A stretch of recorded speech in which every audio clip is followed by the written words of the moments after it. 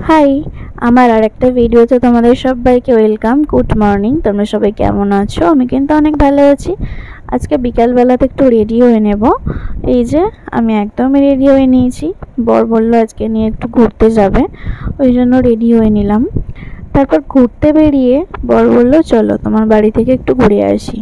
তো আমার তো কি আনন্দ, গিয়ে থাকি বা না থাকি একবেলা ঘুরে চলে এলেও কিন্তু মনটা শান্তি হয়। এই যে আমার বড় একদম রেডি হয়ে গেছে, দুজন মিলে বেরিয়ে পড়লাম।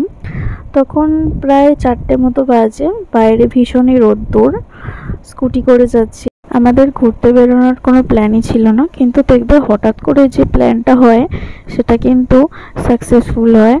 এই যে আমরা চলে এলাম বাড়ি, এখন ওপরে উঠছি আর কি। এটা হচ্ছে আমাদের সিঁড়ি উপরে ওঠার। তো পেছনে বর আসছে, সামনে আমি যাচ্ছি। তো আমার তো কি আনন্দ। বাপি দেখলাম নিচে দোকান খুলে আছে, দোকান খুলে বসে আছে আর কি। তো তখন 5:30 মতো বেজেও গেছে। এখন দেখছি পিউ ঘুমাচ্ছে, মা ছিল ঘরে।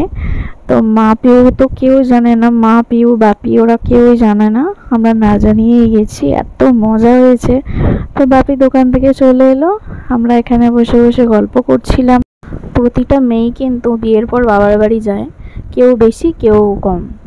আমি কিন্তু বেশিই যাই। অনেকেই অনেক কথা বলে যে বিয়ের পর ঘন ঘন বাপের বাড়ি যাওয়া কিসের। আমি অত পাত্তা দিই না। পাড়ার লোক অনেক কিছুই কথা বলবে, আমি এক কান দিয়ে শুনি আর একটা কান দিয়ে বার করে দিই। কারণ তারা আমাকে খাওয়ায় না, পড়ায় না। বিয়ে হয়েছে বলে এই নয় যে আমি আমার বাবা মাকে ভুলে যাব। আমি আরও বেশি বেশি করে যাব।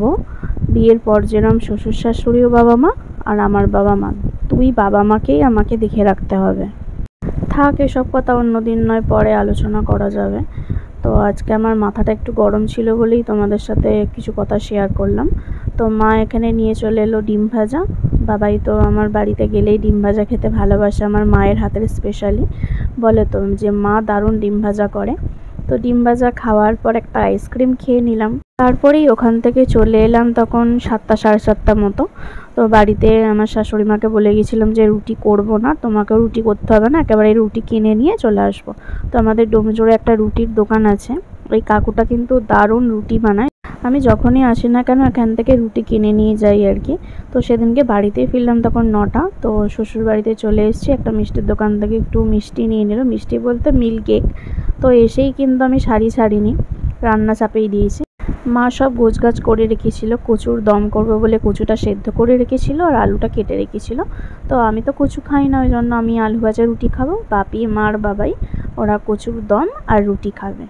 এবার রান্নাবান্না মোটামুটি কমপ্লিট। তো বাবাই এসে একটু খুন্তিটা নেড়ে দিল আর কি। বাবাই বলছিল যে তোমার গরমে কষ্ট হচ্ছে, তুমি ঘরে গিয়ে বসো, আমি করে নিচ্ছি। আমি বলছি না, তোমাকে করতে হবে না, আমিই করে নিই। তারপর বাপি মাকেও 9টায় খেতে দিয়ে দিলাম। বাবাই তো বাইরে আড্ডা মারতে গেছিল, বাবাই চলে এলো তখন 10টা 10:30। বাবাই আর আমি দুজনে খেয়ে নিলাম। আমি রুটি, আলু ভাজা, শসা আর একটু মিল্ক কেক খেয়েছি। বাবাই মিল্ক কেক আর কচুর দম দিয়ে খেলো। তো খাওয়া দাওয়া করেই শুয়ে পড়েছি। তো দেখি হঠাৎ করে বাবাই আমাকে একটা এই ফিউজ চকলেটটা দিল। ঘুমাতে যাওয়ার আগে কিন্তু দুজনে চকলেটও খেয়েছি। আজকের এই ভিডিওটা এইটুকু, আবার তোমাদের সাথে দেখা হবে অন্য একটা ভিডিওর সাথে। তো ঘড়িতে দেখতেই পাচ্ছ 11টা 15 মতো বাজে। তো আজকের মতো টাটা।